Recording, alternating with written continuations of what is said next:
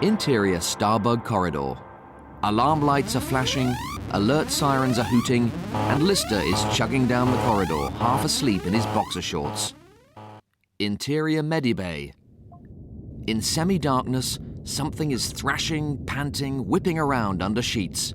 Crichton's hands are trying to calm it. No, try to relax. The door bursts open. It's Lister. No offense. None taken, ugly. But when you wake me up, it had better be good. Crichton points to the bed. It's Mr. Cat, sir. And it is indeed Cat on the bed, frothing at the mouth, his eyes wild. Crichton is connected to him by an intravenous line. Unless he breathes soon, he's going to die. Come on, Crichton. We can all get a bit frustrated sometimes. No, sir. This is deadly serious. To investigate, I dispatched a number of my own nanosensors into Mr. Cat's nervous system, patching them in now. On a view screen, against a soupy red field, bob a number of little Crichton heads with propellers on their back. One of them approaches the screen. Picking up toxic traces everywhere, sirs. How bad? This stuff is more poisonous than a day-old box of chicken dippers. I haven't cooked for a week. What could have poisoned him? Perhaps himself. Suicide? No, foreplay. As far as I can make out, it's a kind of inbuilt incentive system. The only antidote to this toxin is contained in the business end of a she-cat. But he's not in any fit state to hold hands. Never mind. This is just a wake-up call, Mr. Lister, sir. In the short term, he'll recover, but if he doesn't do the horizontal tango soon... He turns to the screen. Pull back to wide view. The screen pulls back, the nanosensors getting smaller against a great red blob. What's his liver got to do with it? That's not his liver, sir. That's a sack of poison big enough to keep Lucretia Borgia busy for years. And it's primed to burst. But where are we going to find Cat a date? Well, sir, when the cat peoples abandoned Red Dwarf during the Cat Wars, many of them perished. But some may have survived.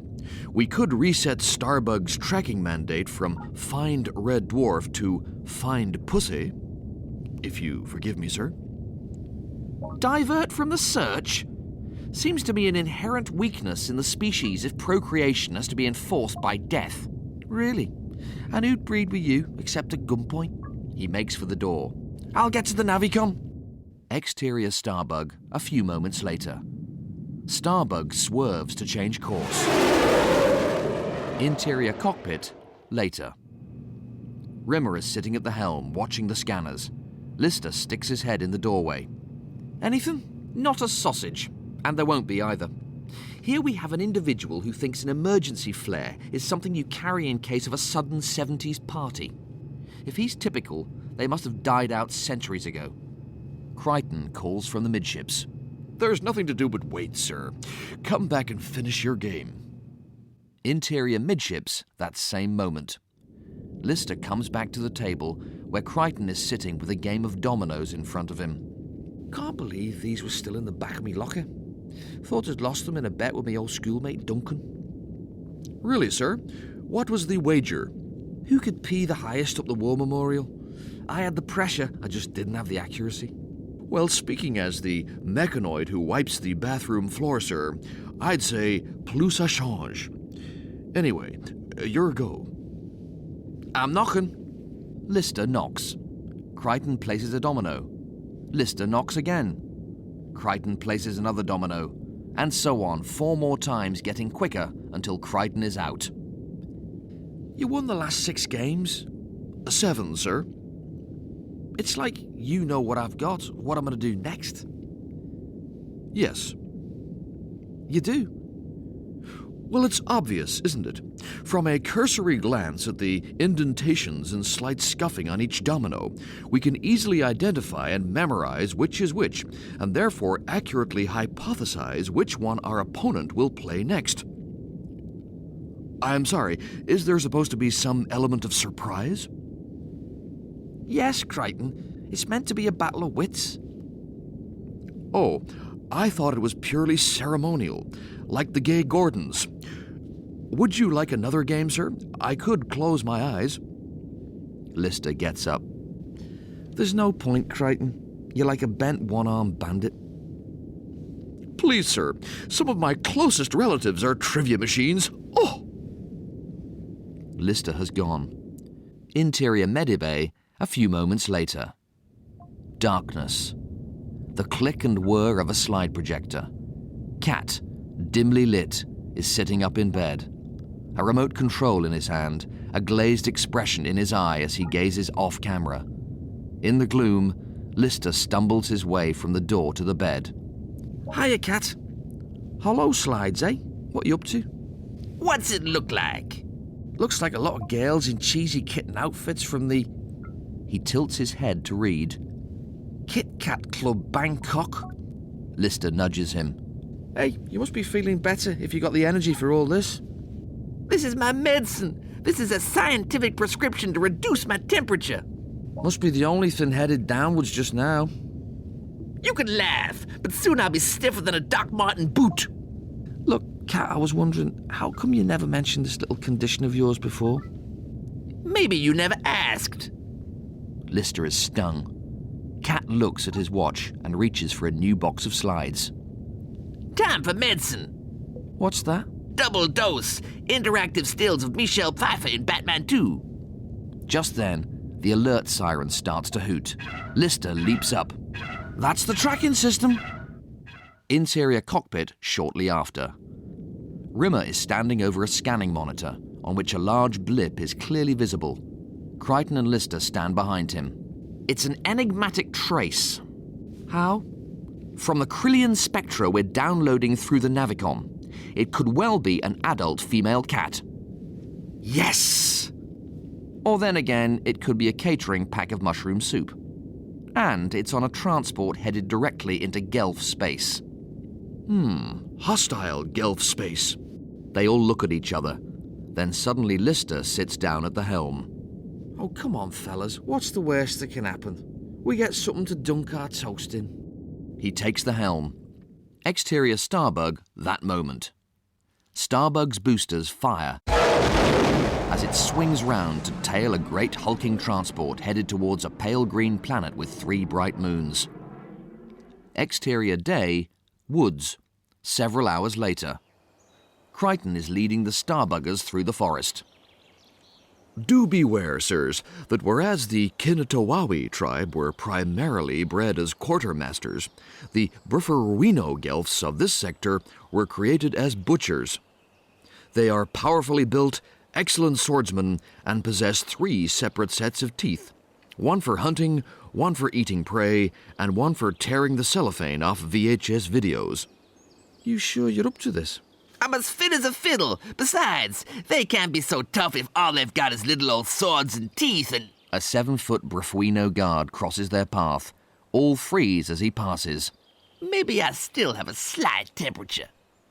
Exterior day, the gates. A few minutes later. Several tough-looking Gelfs are guarding the gates of the settlement. A little way off, the Starbug party assembles. Now, are we all sure we have our badges of merchantship? Only traders are allowed within these walls. Lister has a potato attached to his jacket. Does this potato mean I'm a farmer or something? Correct, sir. Mr. Cat, your bottle of junior aspirin signifies your status as an apothecary. Meanwhile, I sport a hairbrush, as might a barber. And what about this frying pan you've given me? It means you're a tosser. Straight through. Now! Crichton leads them single file through the gateway, each stepping gingerly between the enormous guards. All goes well until it is Cat's turn, when all of a sudden the swords of the guards are out and poised at his throat. Thanks, guys, but I shave electric. Lister looks back. Cat's in trouble. We gotta help him. You and whose army? It's Zorro City back there. One of the Gelf guards is leaning very close to Cat, sniffing. It's my cologne, isn't it? Too much fish? I'll go back and change it. But all of a sudden, the swords are put away and the big Gelf is slapping Cat on the back. Girl tuta swirboy tea dadido pifren. Yeah. He says he's very sorry, sir. For a moment there, he thought you were a cat. I am a cat. I wouldn't go shouting about it, sir. According to my onboard lexicon, the word for cat in Brufferino is the same as the word for four-limbed crispy bar snack. Crichton hooks Cat by the arm and whisks him inside the gate, waving cheerily back to the guards. Exterior day, the marketplace. The marketplace is alive with Bruffuino and Kinatawawi Guelphs bustling about, carrying bundles, browsing the many stalls. It's just like a supermarket on a Saturday morning. Don't be ridiculous. This place is a dangerous free-for-all, where everything has its price and violence is never far away. And... Actually, yeah, take your point. OK, fellas, somewhere here is a she-cat, and the only way to find her is to stick together. They set off through the market single file. Don't worry, sir. I can't imagine what any of us could find to distract us. Anyway... Crichton's eye is caught by a stall he is passing. Oh, my lord! A complete wash wiper and valet kit. Crichton is left behind as the party moves on. This is the life, eh, Lister? Defying mortal danger to infiltrate an alien colony. Every moment fraught with... He stops and double takes at a stall. Excuse me, is that really a catalogue of early 21st century shuttlecraft license plates? Now only Lister and Cat are left in line.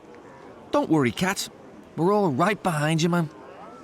To one side, through a pair of saloon doors, a Guelph is ejected into the street. He falls at Lister's feet and vomits on his shoes. Guelph Chunde? He looks at the saloon doors. Music and laughter issues from inside. Guelph music? An idea occurs. Guelph lager? Crichton! Cat! Lister looks around. Cat has disappeared. Lister licks his lips, tempted. Just the one, then. Lister nips into the saloon. Exterior day, the marketplace, a few moments later. Cat is sniffing around. Hey, guys. I think I'm onto something. He looks round. Guys? Stick together, huh? I've seen better teamwork in the Welsh Crochet Squad. But somewhere around here... Two great carcasses of meat part in front of him. And there she is, a dynamite she-cat in combat fatigues, currently knocking a slavering Guelph off the bars of the cage that holds her. This is Aura. I'm nobody's pork scratching, you great orthodontic oaf. Baby! Cat smooths off his jacket, straightens his hair, and licks his armpit, then sidles up to the cage. Ha! Tanzel, Aura, Sub-Lieutenant, 2960 B8651. Yeah? Pardon? That's all you're getting, imbecile. Aura turns away in a great icy sulk. Imbecile! Ah, she called me an imbecile! Nice cage. How'd you get in it? Betrayal, treachery. Like someone borrowed your best shoes? Like someone sold us out to the other side.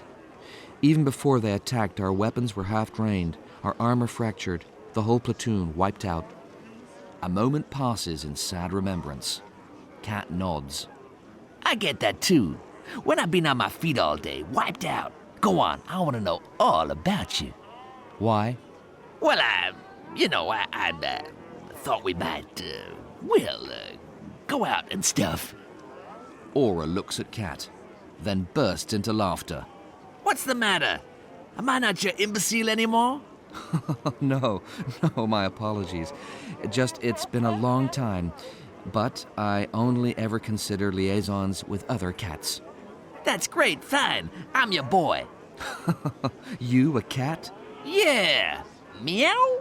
Stop it. Cat bares his fangs and claws. No, really. You're serious? A cat? But you have no poise, no instinct. You don't even smell like a cat. Cat's jaw drops. Aura shrugs. I assumed you were a social worker. Interior Starbug, corridor, later. Lister is trotting up the corridor holding a small glass jar of something green. Hey, fellas, that bar there is some sort of gambling den, and you'll never guess what they use as gaming chips. Mushy peas. Lister walks through into midships. It's dark. He slows and stops. Fellas? There's a low growl from out of the dark. Yeah, I could do with some lunch too. Cat looms out of the shadows. He is toting a bazookoid and baring his fangs. He growls again. Cat, nasty cough you've got there, man. Cat prowls around Lister. All these years you've been treating me like a funny animal, the cute domestic kitty, till I don't know who I am anymore. You're the cat, the one with a big dry cleaning bill. I've slowly got timid, logical, almost human. I'm practically a rail track ticket clerk. I can't even leap anymore. Look, a little table like this. Cat stands beside the table and makes a pathetic series of tiny hops. Well, it is a bit high, that. Try the chair. Oh yeah, the chair. The chair should be easy. Cat's leaps don't put him anywhere near landing on the chair. Hey, I know. Have a crack at this. Lister takes a couple of magazines from the table and stacks them on the floor. Cat leaps and lands on top of them. There you go, high jump champion. Oh yeah? Beware the cat. He can get on top of a small pile of magazines. Why was it always find Red Dwarf, find other humans? Why was it never find Cat his people? We would have got round to it. Now they don't know me. I'm an Uncle Tomcat, and I'd hate to guilt trip you or anything, but I'm probably gonna die, and it's all your fault. Cat grabs his bazookoid and sweeps out. Lister takes a moment to grasp all this. Heavy. There's a cough from the cockpit hatch. Who's that? Crichton appears out of the shadows. He now has a pair of wash wiper blades on his nipples. They're whirring. Crichton, did you hear all that? No, sir. I was too busy with the. You think it's my fault, don't you? That he's become a kitty and not a cat? Not at all, sir. It's not as if you've given him a saucer of milk and tickled his tummy every day of his life. Lister nods. Right. We ran out of milk 2 or 3 weeks ago. Still, I can't help but feel responsible. Lister sits down, depressed. Crichton's attention is drawn by the small jar of mushy peas on the table. Ah, Brferweenong. Universal Gelf currency, sir, in the form of small, delicately preserved pulses. Mushy peas, yeah. I won them in the gambling den at Pontoon. Funny thing was, my hand was really tragic. But your next hand was tip-top? Yeah, so? 4-dimensional pontoon, sir. You bet on the hand you're going to get next. That's stupid. That's Gelf's. Stupid on legs. Lister opens the jar and starts to snack on the mushy peas. If only I could help Cat.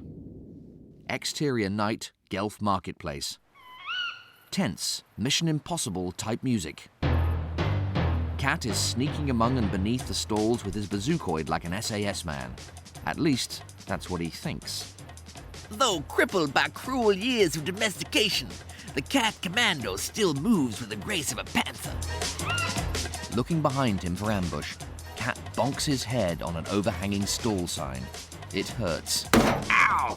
He hits the sign a second time. God damn! He starts off again. Avoiding carefully the deadly traps set by his enemies, Cat Commando, Colonel Cat Commando, advances with every sense alert. Cat ducks expertly under another hanging sign, smiles in satisfaction, and falls down a hole. For a moment, he is gone entirely. Then his head reappears. Always ready for sudden attack, poised to strike his foes like a... A Gelf guard has appeared by the hole. He reaches down and helps pull Cat out.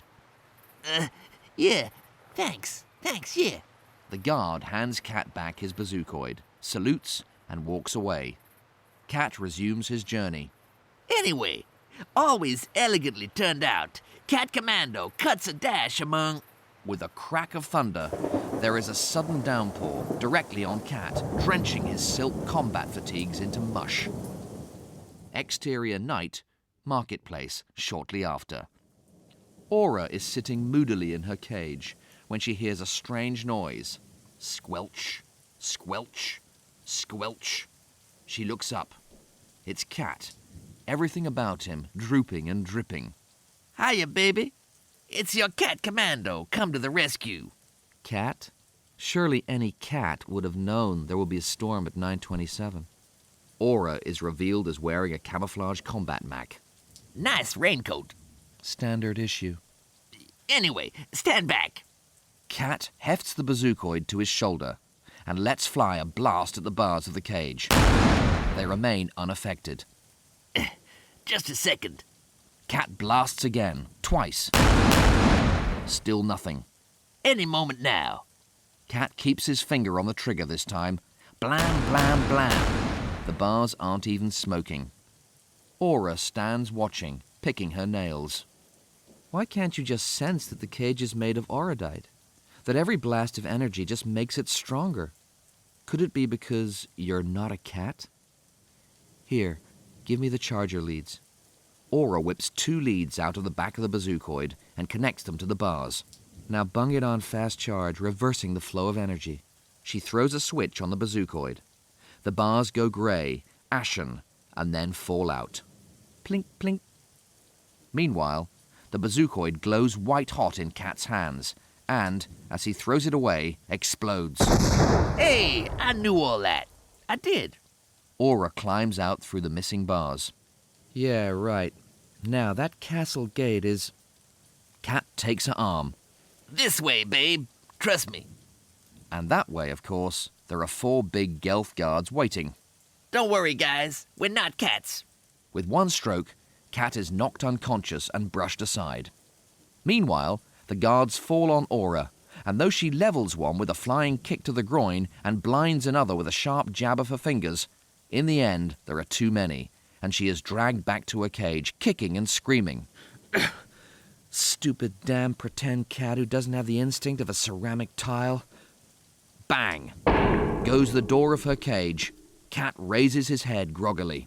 I hate you! Suddenly, the Gelf guards part, saluting in deference to another, larger Gelf wearing a very particular ornate belt. Zural! Mute and ugly, Zurul eyes Aura in a nasty way, running his tongue over his 3 sets of teeth. He looms in.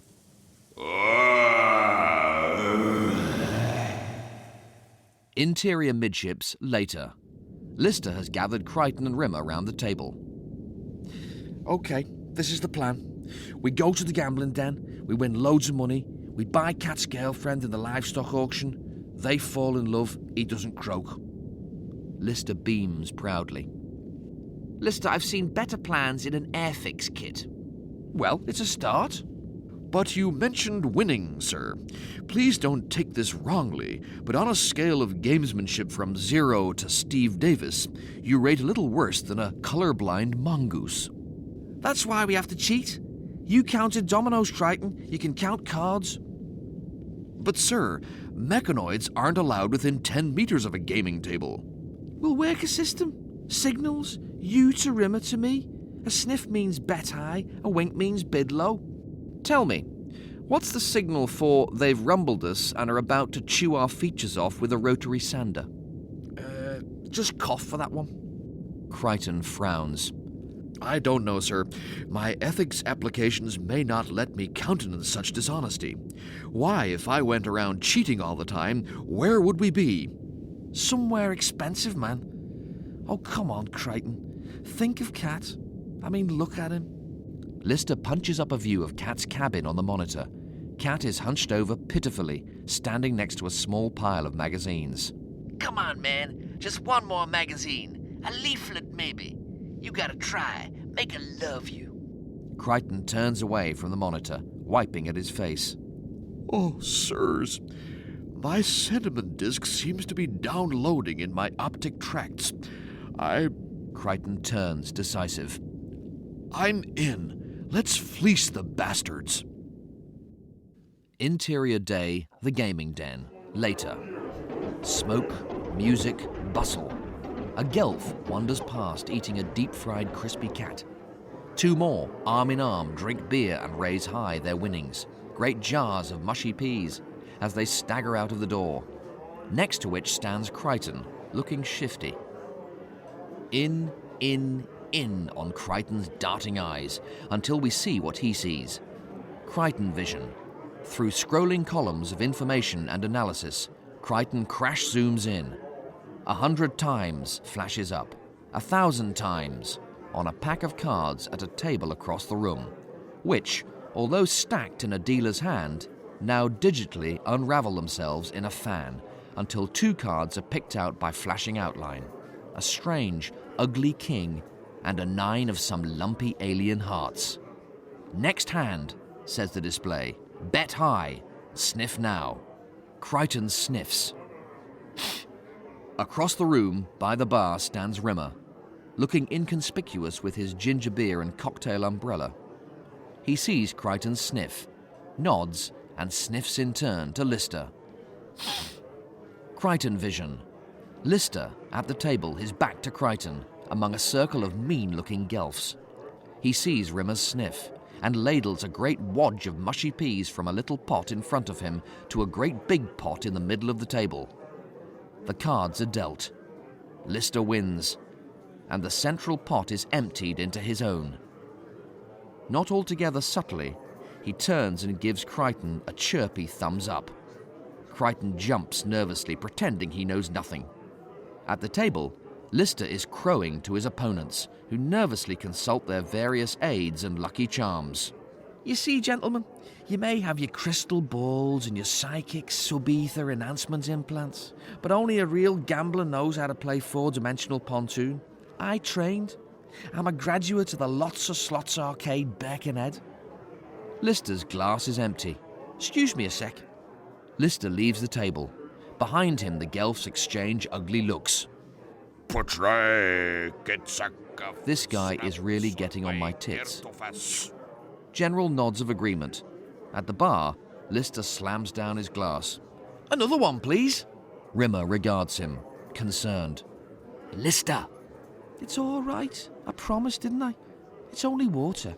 Crichton approaches the bar, pretending very heavily that he doesn't know Lister and isn't talking to him. Crichton, you're amazing. We haven't lost once. It's like taking candy from a 6-foot sword-wielding monster. Please, sir, can you keep your voice down?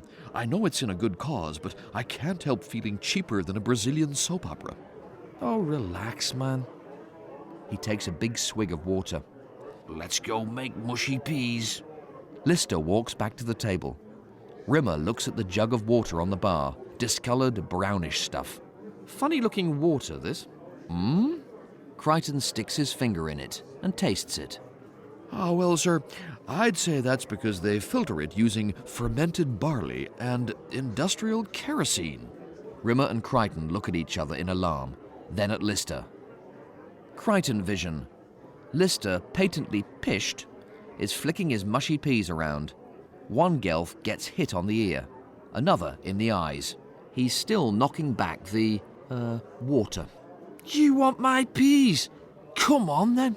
The Gelfs snarl, fingering their swords. All right, short ass. Outside, now. Lister holds his hand up, innocent. No, sorry, no. Come on, let's just bet, eh? The Gelfs sit down again, surly. Lister looks up expectantly to Crichton.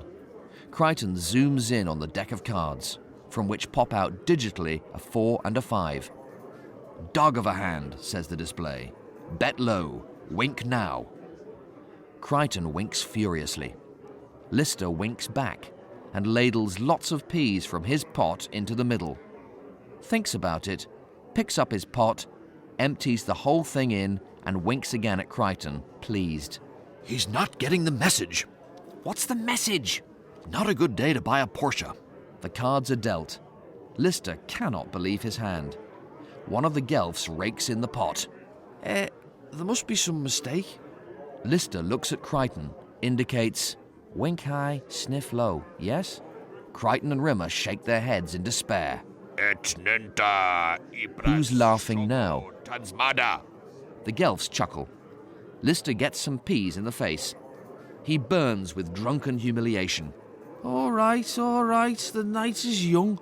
Let's play another hand. He's not thinking of playing another hand, is he? I'm afraid so, sir. But he's got nothing left to... These are the ignition keys to a Class 2 ship-to-surface shuttle. Fully armoured, decently powered, nice runner. Only 4 careful owners.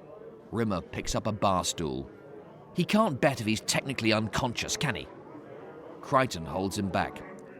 Just a second, sir. Crichton vision.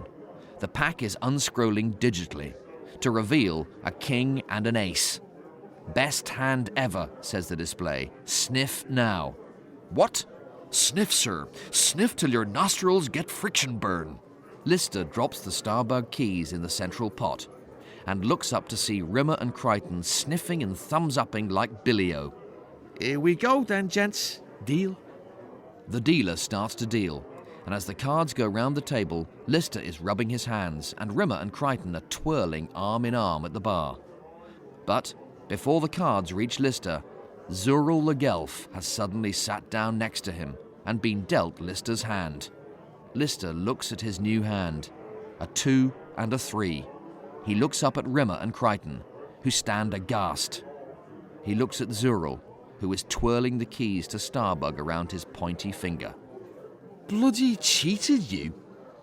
Interior, the gambling den, a few moments later. Zurul is striding out of the den with a great jar of mushy peas, and the Starbug keys are jingling. Crichton is closely following him, with Rimmer behind supporting a drunken Lister. Please, sir, I beseech you. He wasn't gambling for mere profit, but risking his all for the life of a friend. Where's your compassion? Where's your sense of charity? Zurul turns, and in the same instant his sword is at Crichton's throat. Ah, I see sir gave already. Zurul goes. I take it that was a no, then? Well, thank goodness the auction won't have begun yet. Otherwise, Mr. Cat might have started spending money he doesn't have. What do you mean, not begun? It's noon. Crichton bangs his head. And they say quartz is completely accurate. Exterior day, the marketplace, at that moment. On a podium, a weaselly-looking Gelf auctioneer is banging his hammer. Going, gone. A happy Gelf steps up with a jar of mushy peas to claim a pile of fly-blown meat on the podium. At the back of a crowd of Brufrino and Kinatawawi Gelfs stands Cat. He wrinkles his nose at the meat. Man, I wouldn't feed that to a dog. He glances at his auction list. Oh, it is a dog. Aura is led onto the podium, restrained by chains. And now, the snack you can eat between meals. The crowd growls approvingly. If I had a blaster, you'd all be charcoal briquettes. Cat has appeared by the podium. Don't you worry, non-baby. Me and the guys are gonna buy you right out of there. Aura rolls her eyes. Really? Why don't I feel reassured? Now then, gentlemen. The bidding begins. A Gelf raises his finger. Cat raises his finger. Another Gelf bids. Cat raises 2 fingers. Cool, enjoying himself. This is easy. See, honey? I'm good with my fingers. All the time, the auctioneer counts the bids in sing-song Brufwino. Soon the Gelfs are getting annoyed. The bidding speeds up, and the Cat is having to jerk his hand up and down constantly to top every bid. And me, 10 more. I'll double that. Hell, I'll treble it. Until the price is so high that the Gelfs peter out and stop bidding. Going once to the strange cat-like bloke at the front. Hey, you dudes got the teeth. You just don't got the dough. He turns to see Crichton and Rimmer next to him, supporting Lister between them. Yes. Cash flow. Small problem. Come on, man. Make with the peas. I got bills to pay here. Going twice. Blunt mode. Sir, no cash. You're dead cheese lunch. No cash? You're marginally less liquid than a packet of cuppa soup. Going. Bang! A great big jar of peas is whacked on the podium. On the other end of it is Zurul. I'll double his bid. Everyone, including Aura, looks at Cat. Cat thinks for a moment. Could I arrange a small loan? Aura slaps her forehead. Oh, I despise him. The auctioneer bangs his hammer. Sold to the trader Zurul. Aura is led off in chains by Zurul. Cat, incensed, turns on Lister. You let me down again. Sorry, really, Couldn't get us a glass of water, could you? I'm gonna get her back, and I don't need your help. You against 2 tons of fur and muscle? Earth to cat? I'd rather die a cat than live as someone's pet. Suit yourself. Give me the collar and the worming tablets any day of the week. Be logical, sir. He's bigger than you. He's faster. He has more chewing gear than a White House shredder. I don't need logic. I'm a cat. I need instinct. Cat pulls a sword from the scabbard of a nearby Gelf and dashes off after Zuril. Crichton and Rimmer look at each other. Dead. Exterior day, round the back of the cages, a few moments later. Glancing around him, Zuril pushes Aura back into a dark corner, menacingly. Aura spits at him. I want you to know that when you've eaten me alive, I'm going to haunt your intestines. Suddenly, Zuril is tapped on the shoulder. He spins and sees Cat leaning casually on a cage. Hey, Buckteeth. You ever use that sword? Or is it the only thing you can find to dangle down your trousers? And suddenly they're sword fighting. Zuril going at it furiously, driving Cat backwards. I'm afraid you're dead, Mr. Pretend Cat. Cat turns to her, still fighting. Thanks for the encouragement. I'm sorry. Just the way it is. He's a skilled murderer. You're an idiot. He'll kill you very soon. How soon? Effectively, you're already dead. What, like this? Suddenly, Cat stops dead, like a statue, mouth open, eyes staring straight ahead. Zuril, about to strike, hesitates, looks for a long moment at Cat, reaches out an exploratory finger to touch his frozen opponent. And suddenly, Cat has sprung back to life again, knocking Zuril backwards with his sword. Ah, fooled you! Now it's Cat who's on the offensive, hopping on one leg while he slices at the Gelf. Why are you doing that? I don't know, call it instinct? Call it bonkers, more like. But Zuril is clearly confused by Cat's erratic behavior, and further thrown when Cat avoids his every stroke, hopping this way and that, as if Cat knew when and where Zuril was going to strike. Finally, Cat sticks his left hand out, at the ready for no apparent purpose, while still fighting with his right. A moment or two later, in the thick of the battle, Zuril trips, and his sword goes flying straight into Cat's waiting hand.